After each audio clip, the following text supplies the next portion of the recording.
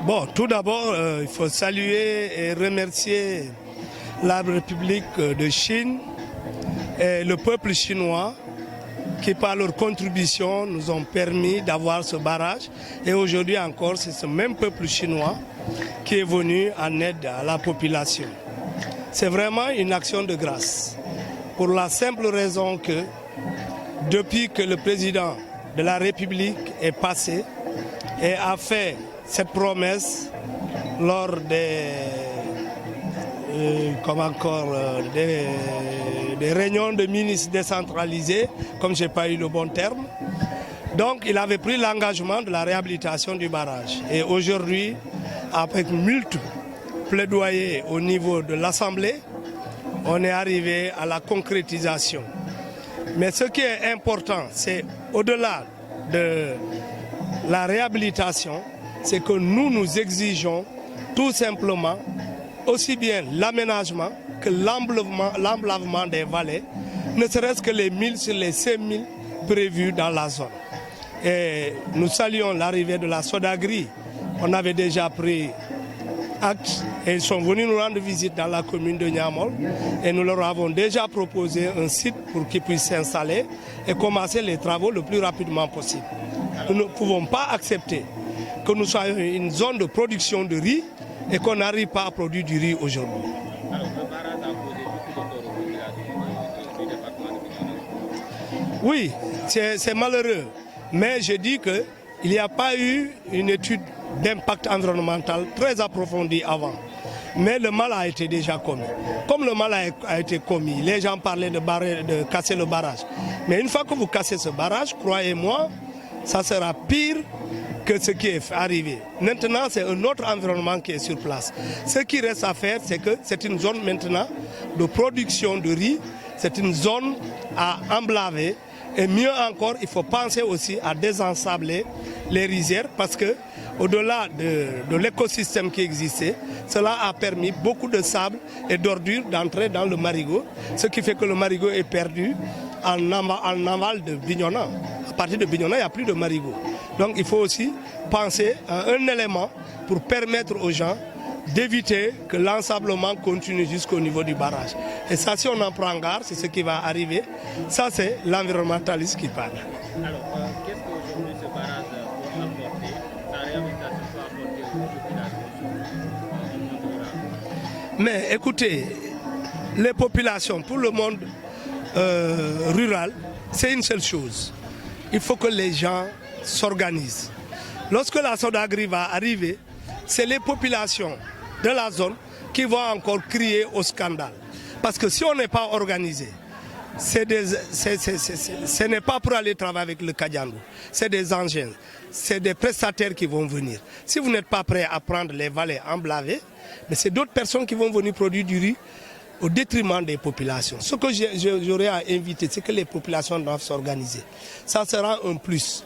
Et même s'il y a des partenaires qui viennent, l'emploi que ça pourra créer peut régler énormément de problèmes dans la zone, aussi bien que pour les femmes et que pour les... Parce que même si les machines vont travailler, il y a un minimum de main-d'œuvre qui doit passer, ne serait-ce pour enlever les herbes entre les bions. Donc c'est très important que les gens sachent qu'il faut d'abord être organisé pour mieux travailler et mieux gagner. Mais une appréciation très positive. Ce barrage, vous avez eu écho pendant toutes ces années des récriminations des populations, des marches, des dénonciations, des communiqués de presse pour sa réhabilitation, compte tenu des impacts négatifs qui étaient en train de se produire.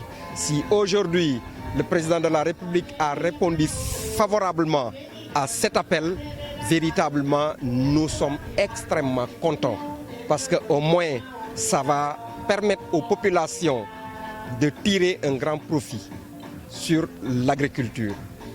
La Casamance, c'était le grenier agricole, le grenier risicole pour ne pas dire. Aujourd'hui, c'est le nord. Alors, ça veut dire que quelque part, il y a eu des impacts très négatifs qui sont liés à la péjoration climatique qui a contribué à la salinisation des sols et c'est ce qui a diminué la production agricole. Donc si aujourd'hui ce barrage il est réhabilité, ça veut dire qu'on va aller dans le sens, dans un premier temps, d'irriguer 1000 hectares et peut-être progressivement arriver à 5000 hectares d'irriguer, ce qui veut dire qu'il va y avoir une grande production agricole. Mais encore, nous avons salué ce que le ministre a dit tout à l'heure en parlant de l'accouplement avec les blocs maraîchers des femmes. Ça, c'est véritablement, ça va permettre une multiproduction et ça va impacter très positivement au niveau des populations et contribuer fortement à la fixation des jeunes et des populations, à l'amélioration de la qualité de leur vie en général au niveau du département, pour ne pas dire de la Casamance. Je vais tout de suite dire que c'est un très grand plaisir pour nous d'assister aujourd'hui à la relance des travaux du barrage d'Afignam. Et avec un très grand plaisir. Et c'est au bénéfice des producteurs de la région de Ziguinchor, mais plus particulièrement de ceux de Bignona. Ce que nous souhaitons, c'est que l'impact que ça va produire, que ça soit un impact très positif envers les populations et que l'État puisse, dans son engagement, accompagner les producteurs, les aider à mieux s'organiser pour véritablement que les objectifs qu'on se fixe, c'est-à-dire une très grande production de riz en Casamance, plus particulièrement à Bignona, que ces objectifs soient atteints. Cela veut dire produire suffisamment pour les consommations, pour les exploitations familiales agricoles, mais également produire suffisamment pour que le riz soit commercialisé. Parce que tout l'objectif, c'est ça. Ce n'est pas produire pour que la consommation soit locale, mais c'est également produire pour pouvoir vendre au niveau du marché local et même de l'extérieur. Et je crois qu'avec la relance des travaux du barrage de Afignam, tout peut être permis parce que les autorités sénégalaises sont très engagées par rapport à ça. Vous avez bien entendu le ministre, vous avez également entendu l'ambassadeur de Chine. Et en tout cas, tous les différents acteurs qui ont pris la parole ont mis l'accent sur la rapidité des travaux pour que les choses se passent vite et que la production attendue soit au top, quoi, vraiment. Dans les années 1980, avec l'aide de la République populaire de Chine, le barrage d'Afignam est un symbole de l'amitié traditionnelle sino-sénégalaise. La construction et la mise en œuvre et la mise en service de ce barrage, reconnu comme cœur de l'agriculture de Ziguinchor, ont joué un rôle important dans la production agricole et l'autosuffisance alimentaire dans le sud du Sénégal. Le projet de réhabilitation est la perpétuation et le développement de l'amitié traditionnelle sino-sénégalaise et constitue encore un acquis important dans la coopération agricole entre nos deux pays.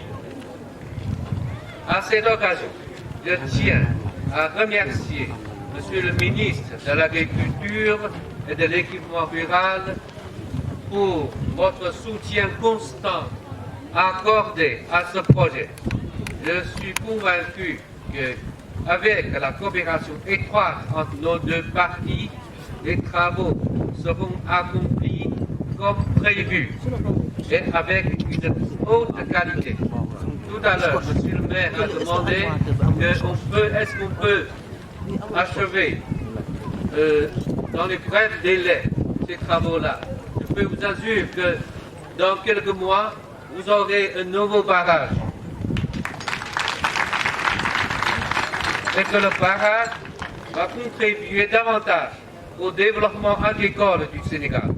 La partie chinoise continuera à apporter ses soutiens aussi dynamiques que possible afin de porter la coopération agricole sino-sénégalaise à un nouveau niveau.